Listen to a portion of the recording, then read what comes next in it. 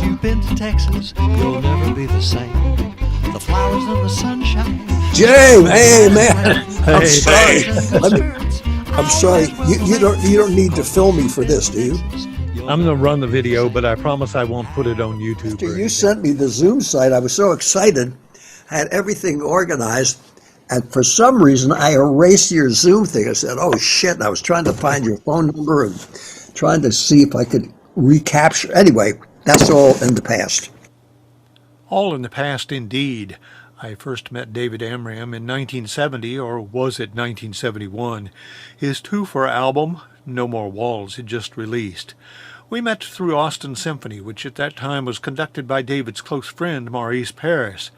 I would have been in my early 20s, David pushing 40, but I was captivated by David, especially as I read his autobiography called Vibrations.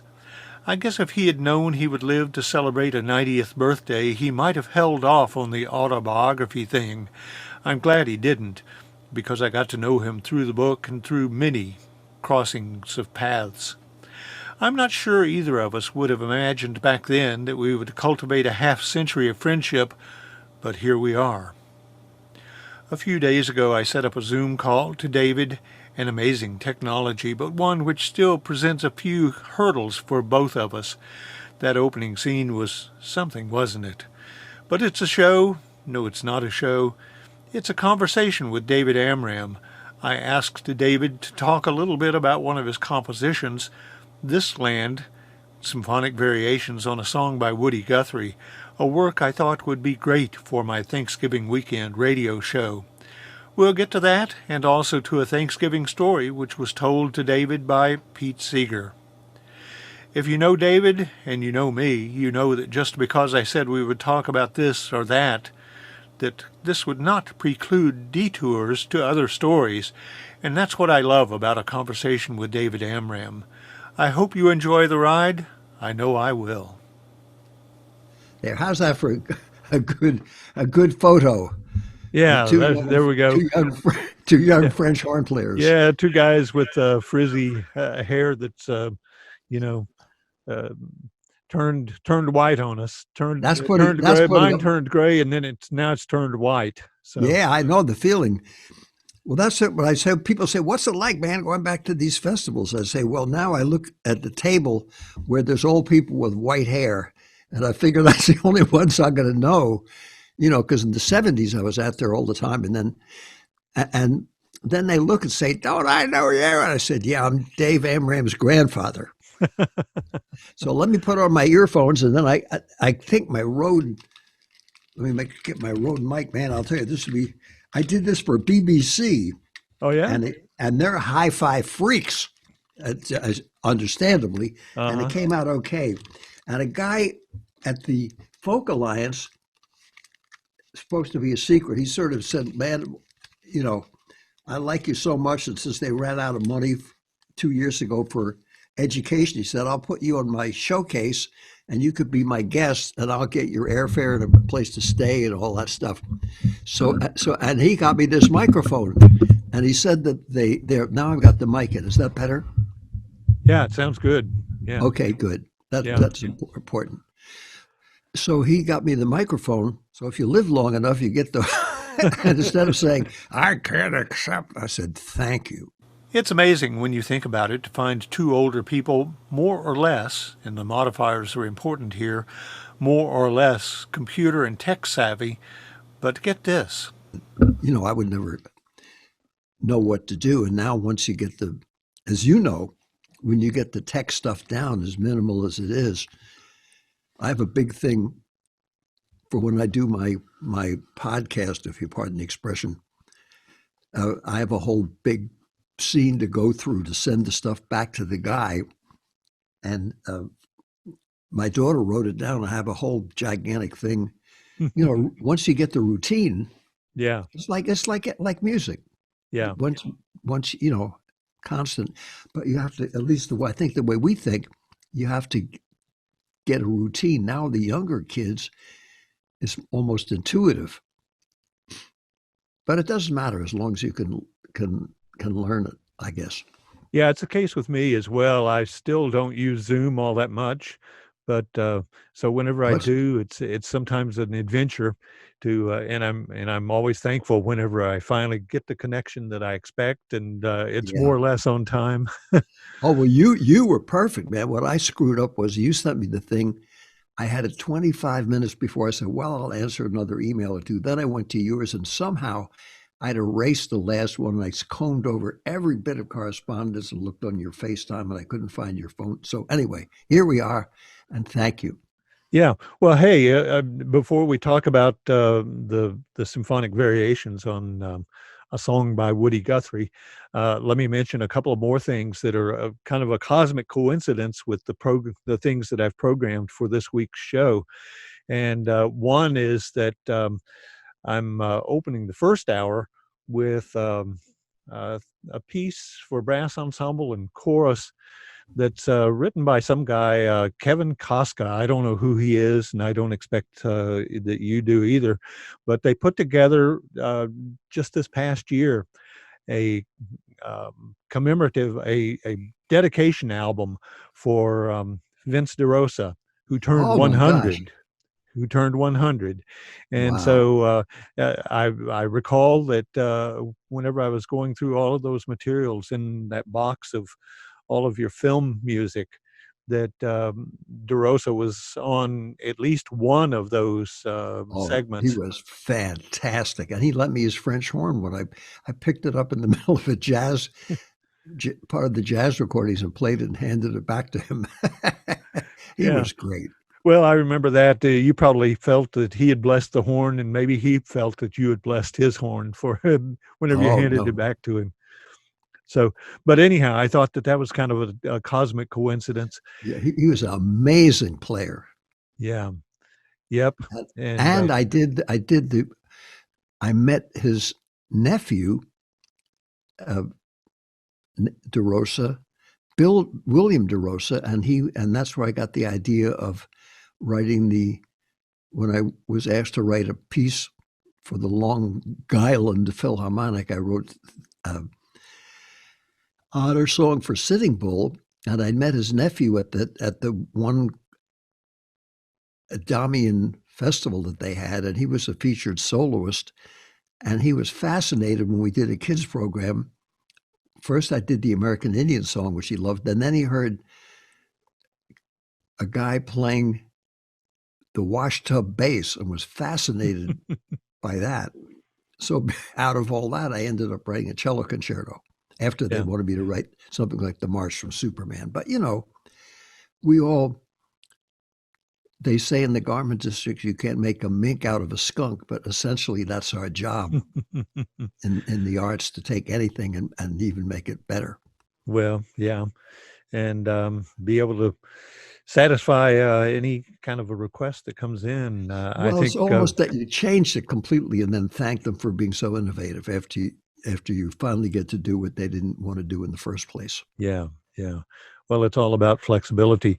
On the second hour of my program, which will be mostly occupied by you and your music, I've got a piece for clarinet and string orchestra by Lalo Schifrin.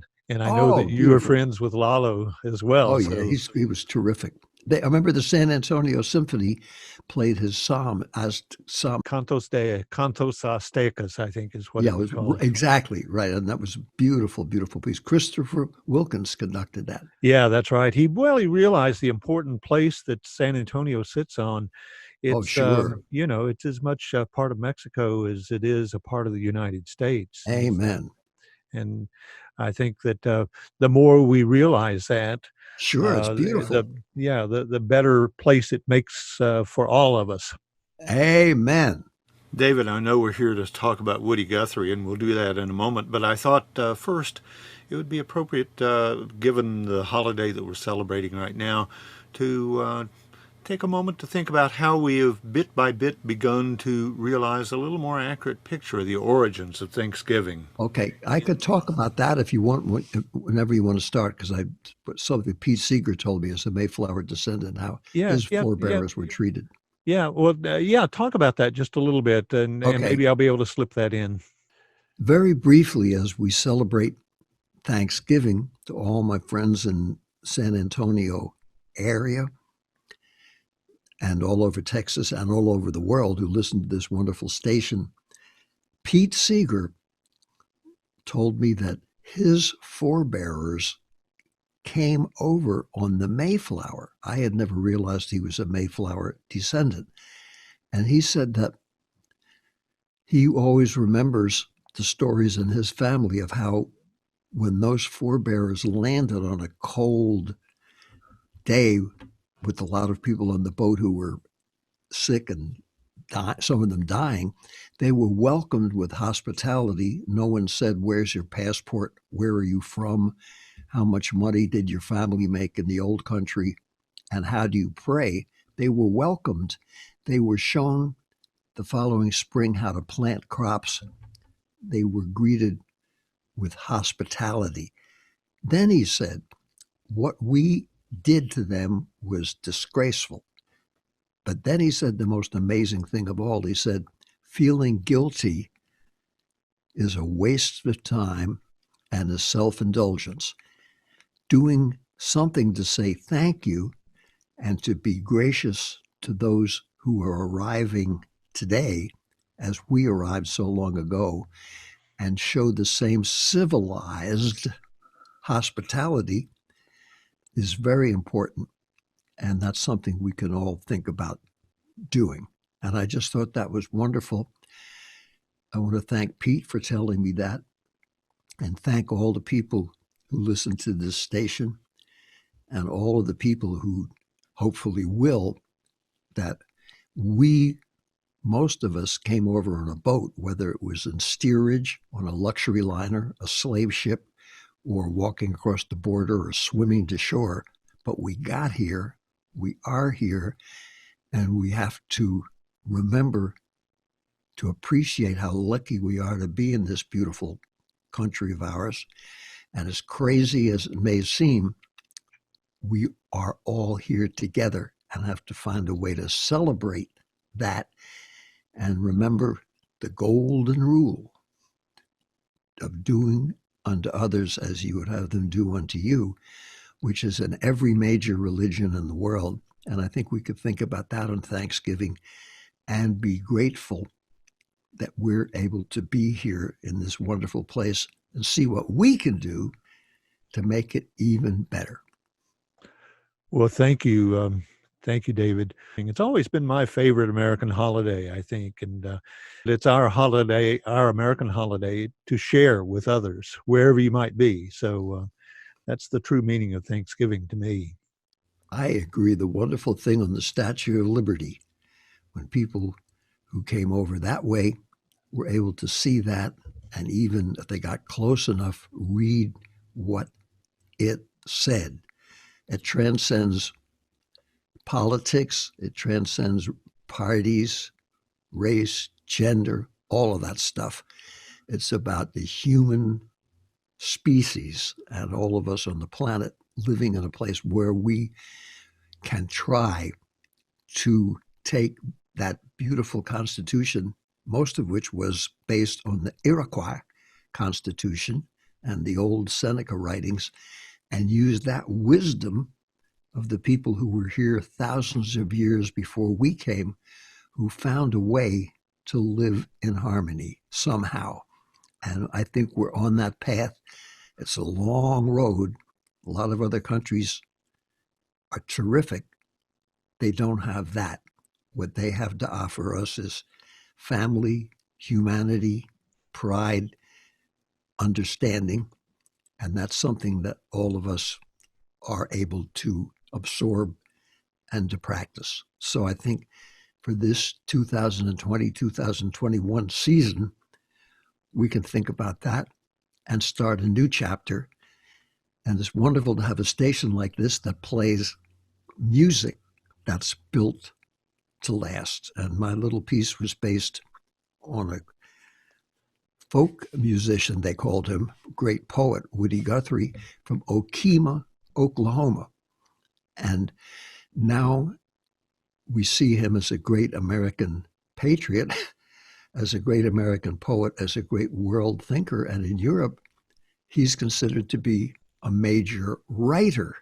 His authorship of the book, Pastures, the guy who wrote Pastures of Plenty, his book, Bound for Glory, is considered to be an American treasure, a treasure in the English language. So our stereotype, our branding of him as the communist troublemaker getting drunk on the boxcar and getting in fights certainly made a very entertaining movie, but that's very limited. We don't think of Lincoln as a manic depressive or General Grant as an alcoholic or Sigmund Freud as a coke addict. We think of them in terms of what they left us of value. And the same is true not only with Woody Guthrie, but with all of our great folk musicians, which is a lot of folks in Cajun music, country music, bluegrass music, jazz, Afro-Cuban jazz, all the amazing, and the Native American musics in the plural. All of these are treasure chests for all of us. And so many of the great 19th, 18th century composers that are played on your station celebrate those composers who included their own heritage, their own experiences in life in their music, and glorified that and honored that in their own way. And that's the beautiful thing about what we call classical music or folk music or jazz or any music that's built to last.